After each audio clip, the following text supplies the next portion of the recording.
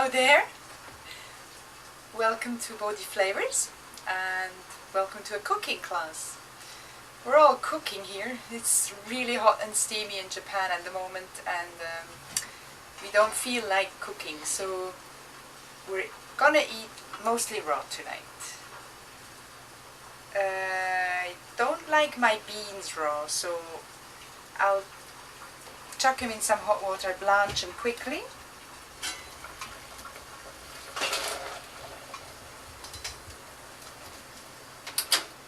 It's just hot water, they're not boiling.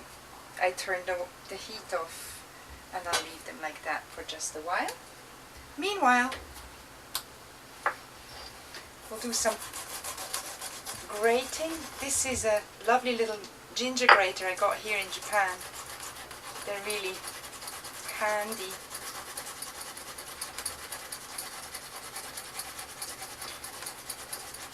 And this ginger is for the chicken. I only boiled the chicken, that's all I did to it. I marinated it in water, lemon and ginger. The rind I took off from here. I just marinated it, well, you can't say marinated, but I left it in for the juice to absorb. Then there's some lemon, it's gonna go on this. And this is non-roasted Japanese sesame oil. That's gonna go on here too. It's good to have good oils, not too much, but a nice little amount. And you can add shoyu, also not too much, because in summer we don't want to eat too much. Salt, and then I prepared some of my garden herbs again. That's thyme, basil and oregano. Actually a little sprig of rosemary would be nice too. And I'm just going to chop that real fine. And not only will it look nice, but it will be very tasty. And herbs have great antibacterial properties, so make sure you get a lot of them in this time of year. There you go. That'll do. Just sprinkle that on there. And that's our chicken dish for tonight. Very light and very quickly done. So we're going over to the beans.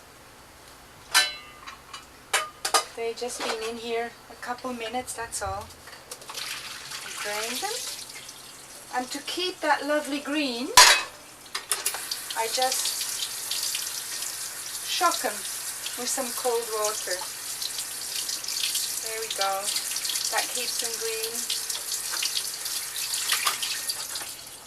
and stops them from cooking.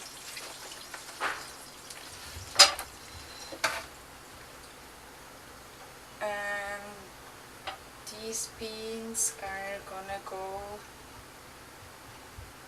with a little bit of sesame, which I prepared here, some shoyu,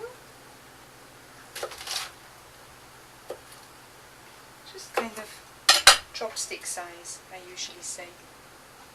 Oh, I forgot a dish for these. Just a minute.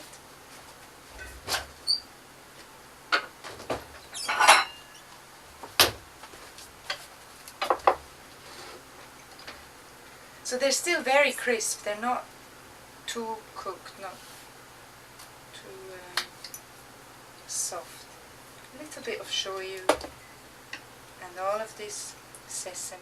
You could also add wasabi if you like a little bit of spice in there. I like to work with my hands, so there you go. Right, that was very easy. You see, that didn't take very long. And we're set and ready. Here we go. Not enough space anymore. that's it.